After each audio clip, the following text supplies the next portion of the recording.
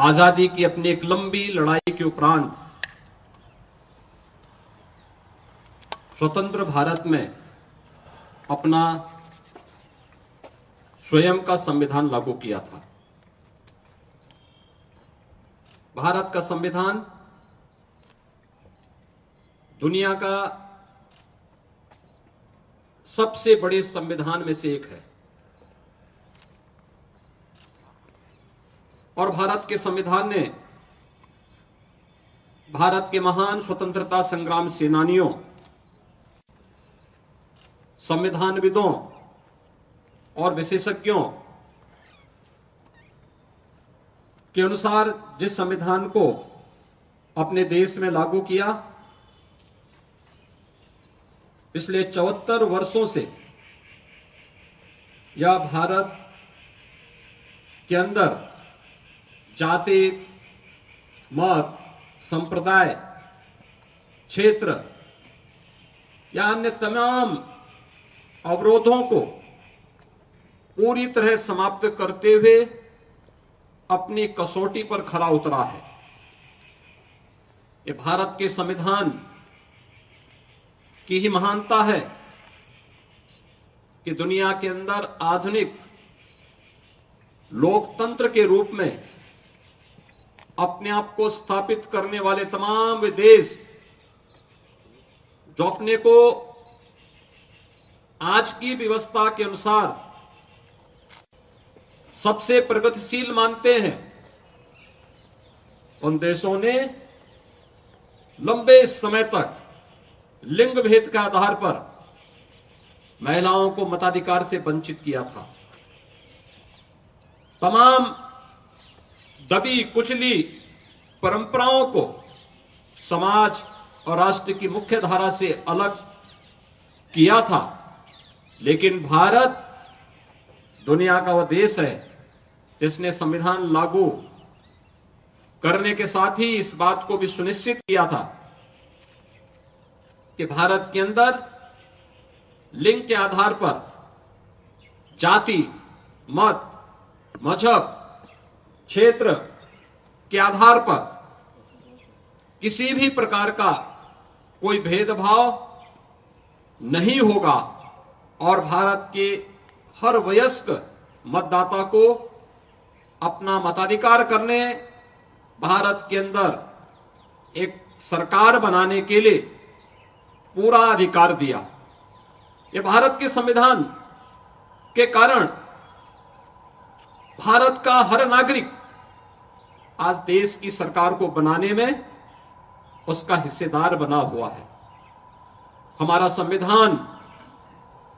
अनेक उपलब्धियों से भरा हुआ है और इसीलिए उन उपलब्धियों को ध्यान में रखते हुए अगर इस संविधान हमें अधिकार देता है तो हमारे कर्तव्यों के प्रति भी हम सबको आग्रही बनाता है।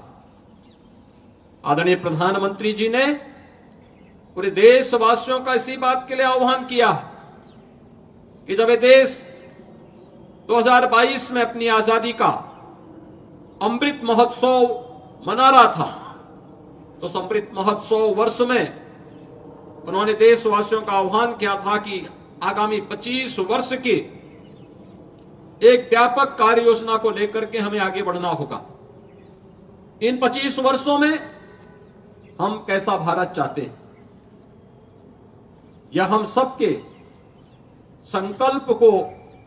जमीनी धरातल पर उतारने के इन 25 वर्षों में अगर हम सब अपने कर्तव्यों का ईमानदारी पूर्वक निर्वहन करते हैं तो 2047 आने पर भारत दुनिया के एक विकसित देशों की श्रृंखला में खड़ा होगा, जहां पर हर भारतवासी न केवल अपने देश और अपनी प्राचीन विरासत पर गौरव की अनुभूति कर पाएगा, बल्कि वह अपनी वर्तमान को सुखद और सुंदर बनाने के साथ ही अपने भविष्य को भी उतना ही उज्जवल बनाने के प्रति पूरी तरह आश्वानित होगा। आजादी के अमृत महोत्सव वर्ष में जो संकल्प था, आज यह वर्ष देश की संविधान को लागू करने का अमृत महोत्सव है। इस अमृत महोत्सव वर्ष पर जब देश का संविधान लागू हुआ था, हम सबको इस बारे में ध्यान रखना होगा कि संविधान हमारा सर्वोपरि है और संविधान हमें एक ही बात के लिए आग्रही बनाता है कि हम सबका जो भी कार्य हो वह देश के लिए हो, हर काम देश के नाम। अगर हम देश के प्रति अपने इस दुनिया के सबसे प्राचीनतम राष्ट्र के प्रति अपनी श्रद्धा और सम्मान के भाव को व्यक्त करते हैं, हर व्यक्ति, हर जाति, हर मत, हर मजहब, हर संप्रदाय इस देश के अंदर अपने आप को सुरक्षित महसूस करेगा। आजादी का अमृत महोत्सव के उपरांत आज हमें भारत के संविधान को लागू करने के अमृत महोत्सव वर्ष में भी सहभागी बनने का अवसर प्राप्त हुआ है और ये दोनों एक साथ अगर चलेंगे तो देश की संविधान की रक्षा और संविधान के अनुसार अपने कर्तव्यों का निर्वहन करके हम लोग अपनी आजादी को भी अक्षुण्य बनाए रख सकते हैं और भारत को दुनिया की एक सबसे बड़ी ताकत के रूप में स्थापित करने में अपना योगदान दे पाएंगे। मैं एक बार फिर से भारत माता के उन महान सपूतों को, जिन्होंने देश के संविधान को बनाने में अपना योगदान किया, राष्ट्रपिता महात्मा गांधी के नेतृत्व में चला आजादी का आंदोलन और आजादी के बाद जब ये देश अपने संविधान निर्माण के लिए आगे बढ़ा था तो एक नाम सबके मुंह पर आया था, सर्वमान्यमति से जिन्होंने उस नाम का चयन किया था, वह नाम था डॉक्टर राजेंद्र प्रसाद जी का। राजेंद्र प्रसाद जी ने देश के संविधान को सभी संविधानविदों, स्वतंत्रता संग्राम सेनानियों और विशेषज्ञों के साथ मिलकर के जो स्वरूप प्रदान करने में और उसकी विभिन्न बैठकों में तमाम प्रकार की मत भिन्नता के बावजूद सर्वानुमति बनाने का प्रयास किया, वो अभिनंदनीय रहा और उन सभी विशेषज्ञों के अनुसार भारत के संविधान को लिपिबद्ध करके उसकी ड्राफ्ट तैयार करके वर्तमान स्वरूप में देने का श्रेय भारत के उस महान सपूत बाबा साहब डॉक्टर भीमराव अंबेडकर जैसे महापुरुषों को दिया जाता है। महापुरुषों ने जिस तत्परता के साथ, जिस प्रतिबद्धता के साथ अपने दायित्व का निर्वहन किया, वह हम सब के लिए अनुकरणीय है। मैं इस अवसर पर भारत माता के उन महान सपूतों को, जिन्होंने अपना सर्वस्व देश की आजादी के लिए समर्पित किया,